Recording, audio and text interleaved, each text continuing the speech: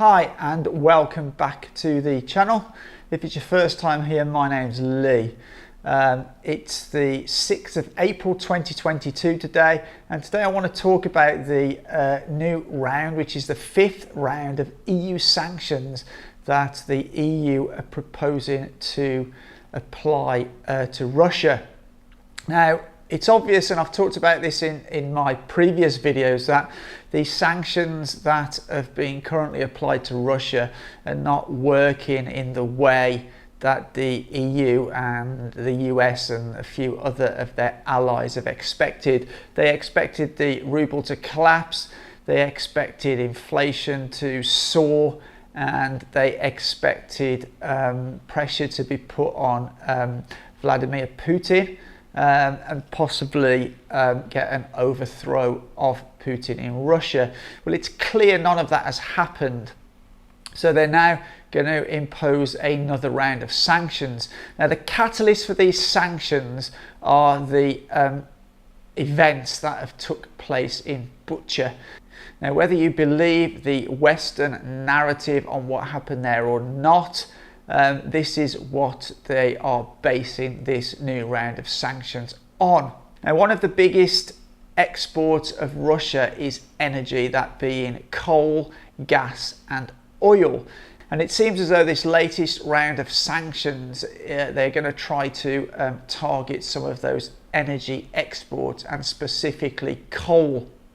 So I'm going to refer to an article again from the Financial Times. I will link this article in the description so you can read it in its entirety.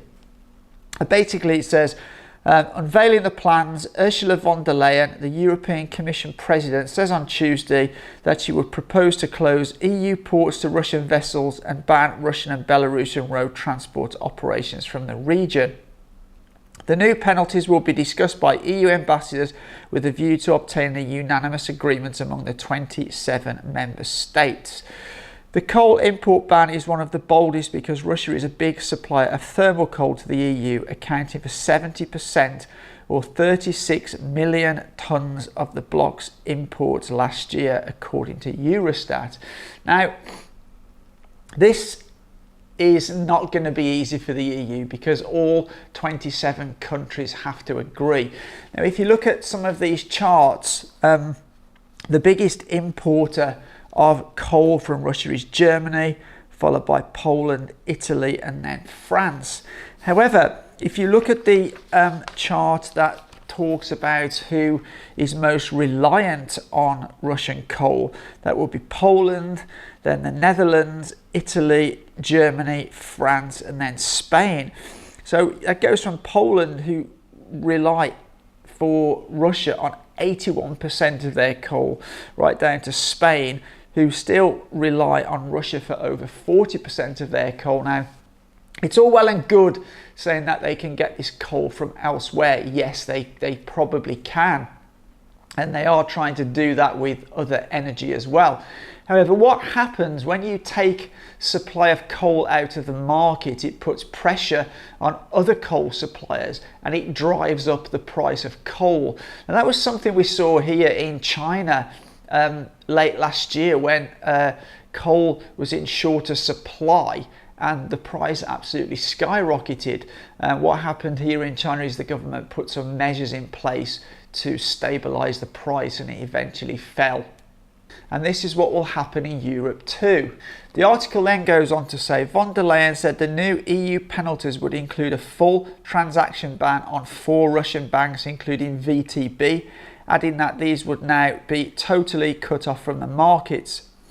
However, the impact on VTB will be limited as it's already in the process of winding down its European operations and closing its London and Frankfurt offices. There will also be specific new bans worth 5.5 billion euros on products including wood, cement, seafood and liquor. And Bruno Le Maire, the finance minister of France, which holds the EU rotating presidency, confirmed that member states were ready to include broader energy sector in sanctions under a timeline that is yet to be set out. Work on a possible oil ban includes examining a phasing out of imports coupled with a release of strategic oil reserves. Other options could include imposing tariffs on Russian oil or channeling some payments into an escrow account to be used to help pay for Ukrainian reconstruction. Now, there's a number of things here. Again, it's all well and good them saying that they're going to phase out Russian oil. Yes, they can, but again, it's not something that's going to happen overnight. This is going to take years. I know the EU are saying that they're going to do it by the end of the year or by this or by that date, but realistically this is going to take a long time, and all it's going to do is drive up prices in the European Union. Couple that with they're saying that they're not going to allow Russian ships into ports, and they're going to put sanctions on Russian road transport. Again, this is going to cause massive disruption to supply chains, and what happens when you get disruption to supply chains? It means prices go up.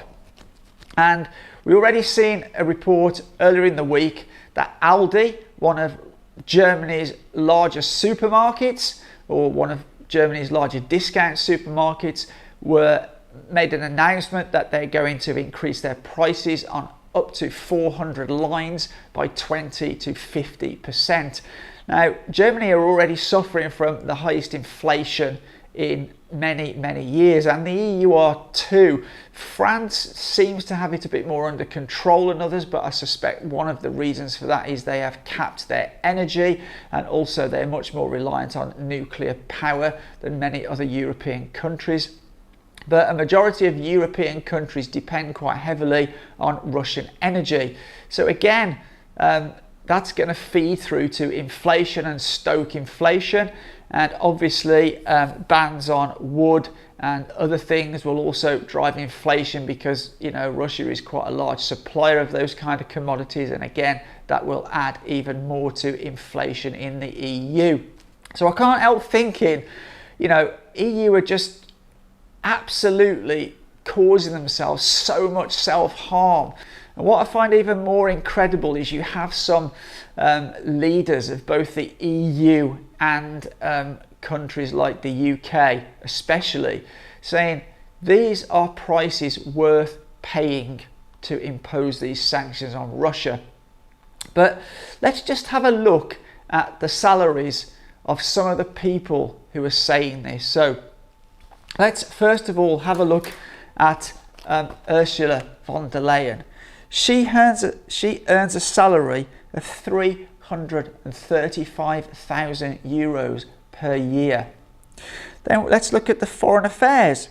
Joseph Borrell, Foreign Affairs Minister of the European Union, €288,000 per year. Now what you also have to remember is these two people are not even elected by the people of the EU.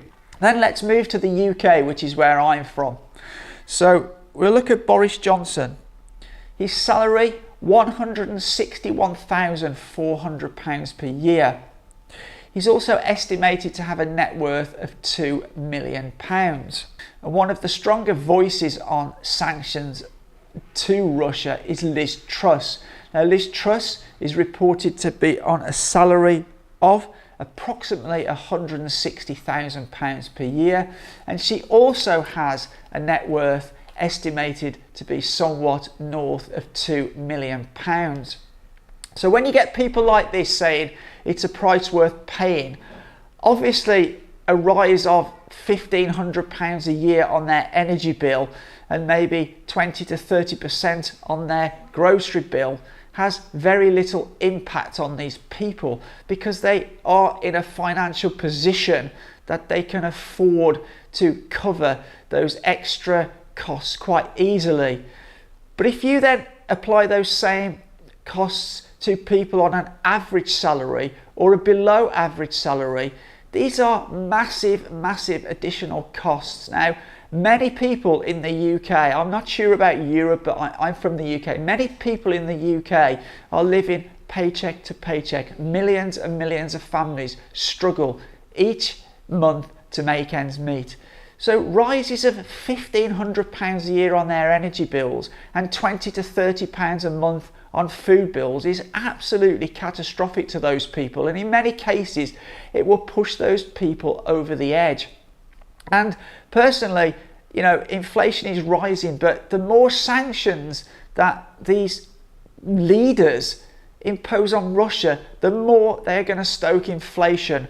Now, I'd really be interested to hear from some people within the EU what they think about what's going on, and do they think it's viable to continue imposing more and more sanctions on Russia with the view that all it's going to do is increase the costs to EU consumers and British consumers.